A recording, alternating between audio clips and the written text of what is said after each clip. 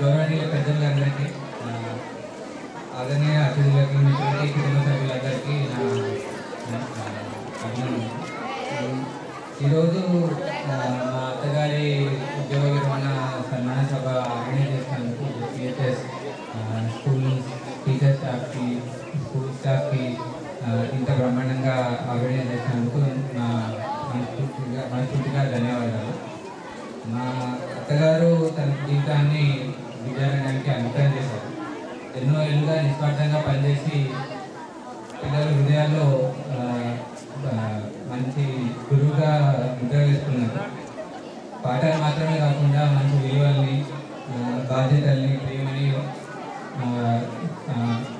బాగా నేర్పించారు. ఆమె తరగతి గది ఎన్నో జీవితాలకి మార్గదర్శకమైంది. ఆమె జీవితం కేవలం పాఠశాల మాత్రమే కాదు, బయట కూడా అంతే గొప్పగా వచ్చారు. 2021లో అకారణంగా మా ఊళ్ళో చనిపోయినప్పుడు దురదృష్టవశాత్తు ఆమె చూపిన శ్రద్ధ, కారణం, బలం, ప్రేమ ఇవన్నీ మాకు మార్గదర్శకంగా నిలిచాయి. ఎన్నో కష్టాలు ఎదుర్కొంటూ మా మహిళల పెళ్లి కూడా ఒంటరిగానే చాలా చక్కగా చేశారు.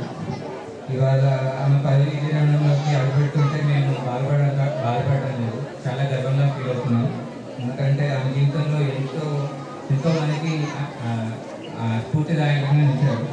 గతంలో మీరు మీ ధర్మ జీవితాంతంగా, ఆరోగ్యంగా, ఆనందంగా గడపాలని మనస్ఫూర్తిగా కోరుకుంటున్నాం. మీ పదవి విరమణ శుభాకాంక్షలు. మీ జీవితం ఇకపై మరింత ఆనందంగా, ప్రశాంతతతో నిండిపోవాలని మనస్ఫూర్తిగా కోరుకుంటున్నాం. ధన్యవాదాలు.